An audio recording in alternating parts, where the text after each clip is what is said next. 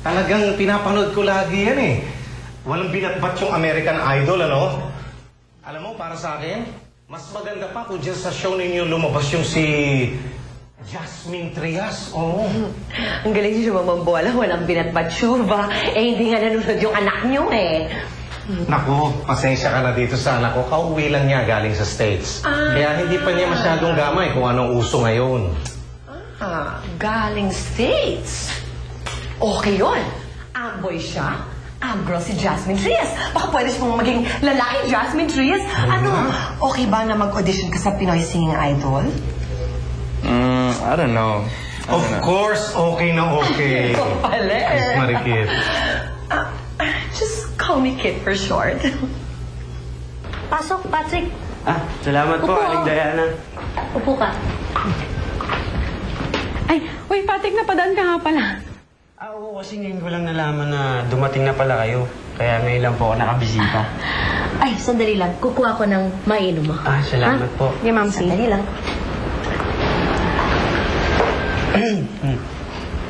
Ay, so ikaw, anong pinagagagawa mo nung wala kami? O yun, umiikot sa mga talyer ng tatay ko. Kasi maraming bumibiyahe ngayon eh. Kaya maraming nagpapa-vulcanize at nagpapa-realign ng gulong. Talaga? Oo. Glamorous naman pala yun eh. Pero hindi nga ako makakonsentrate eh. Kasi Oh, namimiss kita eh. Nung isang araw nga, kamunti ko nang matusta yung manggagawa namin. Uy, ikaw mag-ingat ka mamaya. Alam mo, madidimanda kayo dun, no? Kasi nga, namimiss kita. Kulang pala yung isang buong maghapon ko pag hindi kita nakikita. Really? Exage ka, ha? Kaya yun, naisip ko, gusto pala kita makita araw-araw. Tami, will you marry me? Patrick, teka muna. Alam ko na. Tami, ikaw lang yung babaeng nakapagpapaligaya sa akin. At alam ko, kaya rin kitang paligayahin. Bigyan mo lang ako ng pagkakataon. Si Patrick, hindi ba? Natatakot niyong iwanan yung mamsi mo sa kalagayan niyo na tagilid yung negosyo niyo. Kasi Tami, hindi mo naman dapat iniisip yan eh. Kasi ganito na lang. Kapag kasal na tayo, matutulungan ko na kayo. Malakas yung negosyo namin, yung talyer namin. Marami kami suki. Pulido naman kaming gumawa eh. Pasasaan ba, Tami? Ako din ang mag-handle ng negosyo na yun. So matutulungan ko kayo. Alam ko na, nagulat kita. O sige, ganito na lang. Hawakan mo muna to. Pag-isipan mo.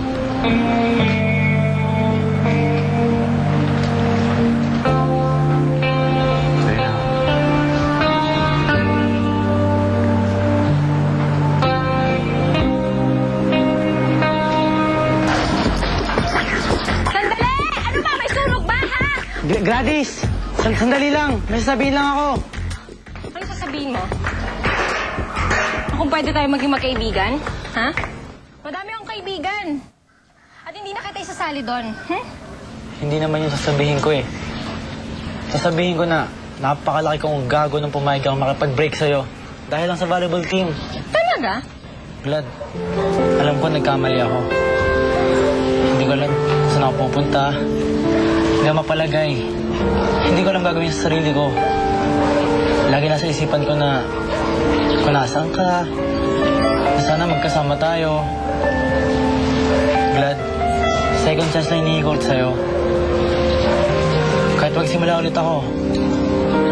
Anong ginagawa mo dito? Papi. Umalis ka na. Papi, wag. Pero, umalis ka na kung ayaw mabigwasan, ha? Papi. Ano? Matapos gawing volleyball yung puso mo nitong ungas na ito, sasabihin mo sa akin na huwag ko siyang sasaktan? Papi, tama na, please. Pumasok ka nga rin sa loob. Pasok!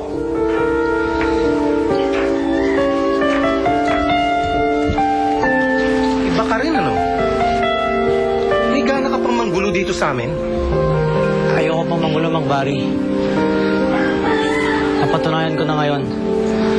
Mahal na mahal ko ang anak nyo. At handa akong pagtrabahuan ito para lang patunayan sa inyo. Gusto mo magtrabaho? Sige, magtrabaho ka. Magtrabaho ka hanggang mabali ang likod mo.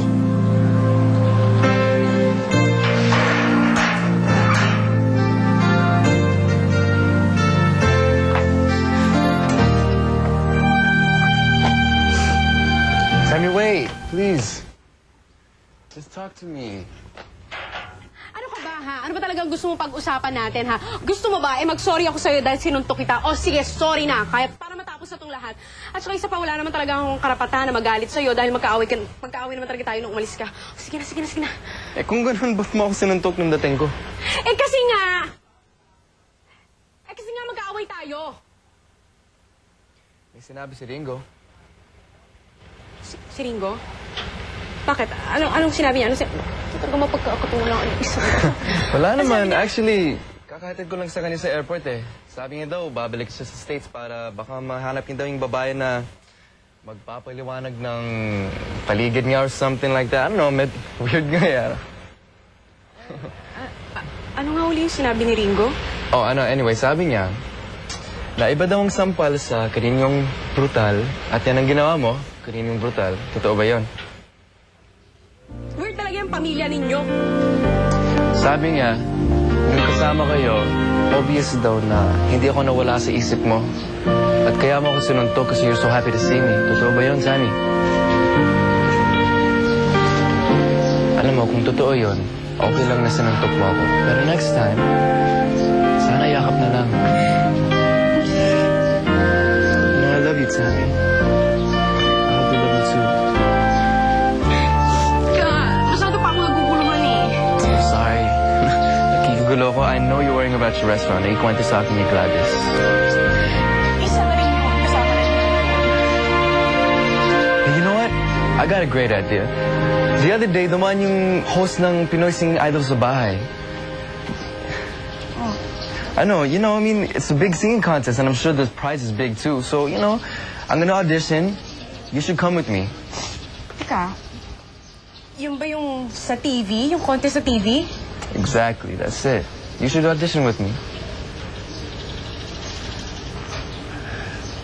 Mamsi. Hi, kumain ka na ba? Ay, opo, nag-dinner na po kami ni Seng.